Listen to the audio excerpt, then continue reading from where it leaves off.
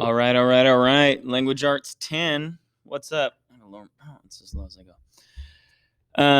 Hey, so this is going to be the last video update of the year.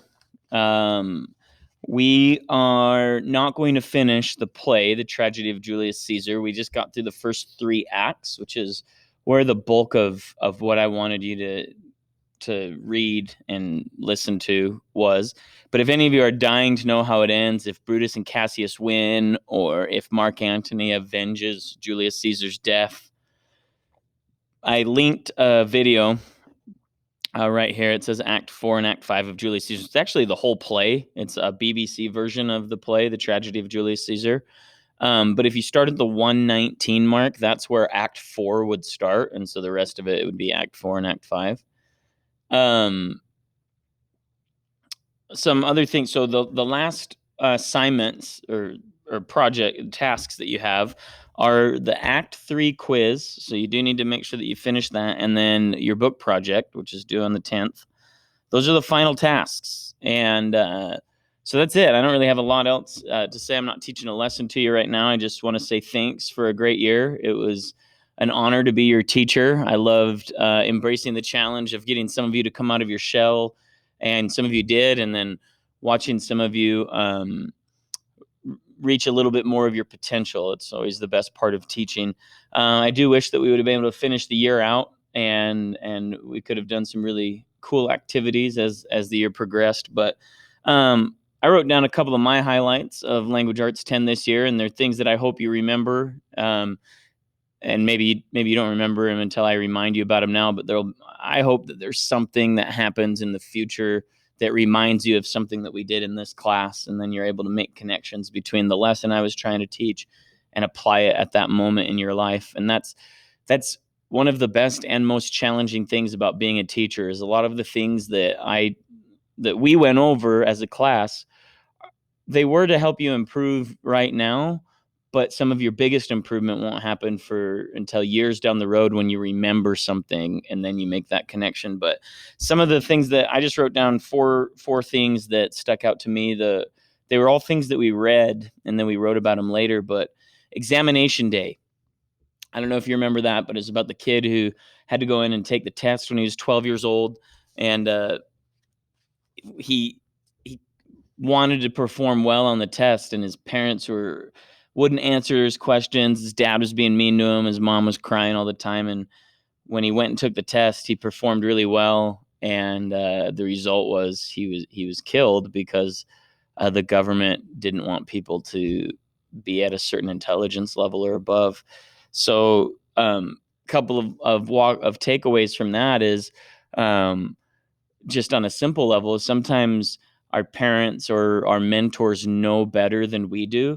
And so there's a reason for why they're doing what they're doing, even though we don't see it right then. So like when we started reading that and the dad was being really rude to his son, it seemed like it was a really bad relationship. And then you learn after the fact that it was actually because he loved his son and he wanted his son to survive, that he was trying to set him up for success on that. The other thing is on a bigger level, on a macro level, sometimes the things that seem like they're designed to help us are actually holding us back. So when there's systems like this, in this case, it was the government system, the testing system. But sometimes if we just think there's an easy solution to something, that easy solution actually has a lot of unintended consequences.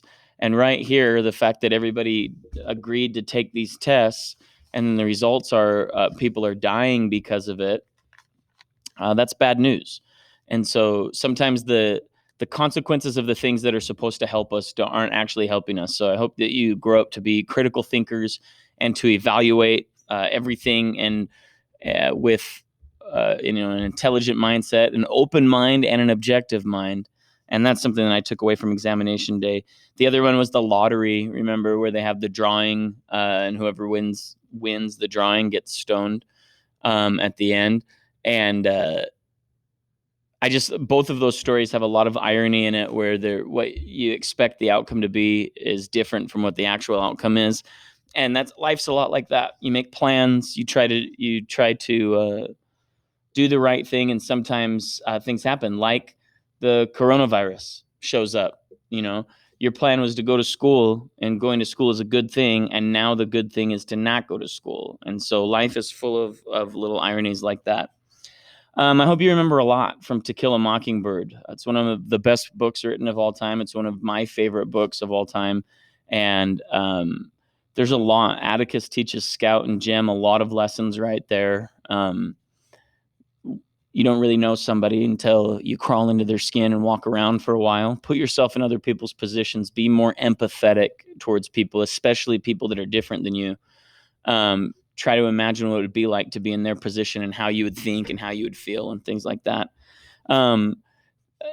Innocence is both a quality and something that holds us back. Scout's innocence saves the day at the jail cell that night, but also we all lose our innocence, and it's not necessarily a bad thing to lose your innocence. And in a weird way, it's kind of a bad thing to maintain it for too long, because if you maintain your innocence for too long, you become naive instead of wise.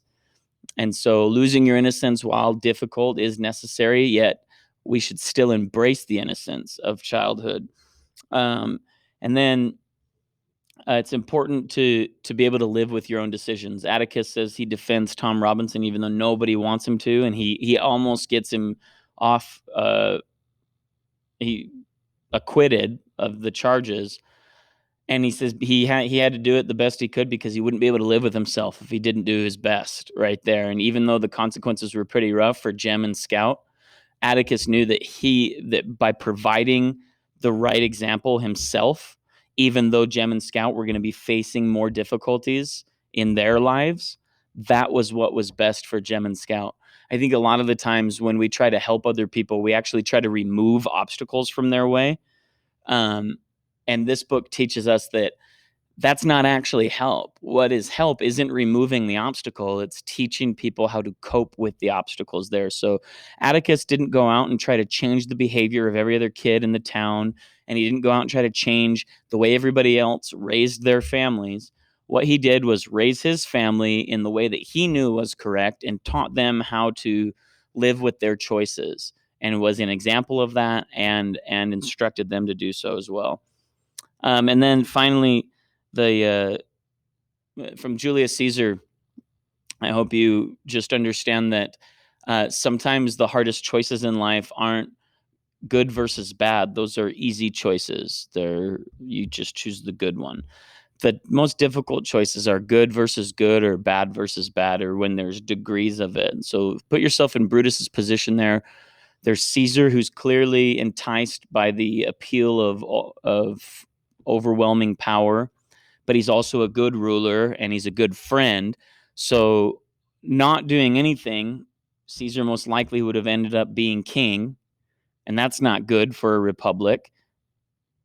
But in order to stop him from doing that, Brutus has to kill his friend, and now he becomes a traitor to the republic that he's trying to defend. And there's no good choice right there. Whatever choice he makes, it negatively impacts him.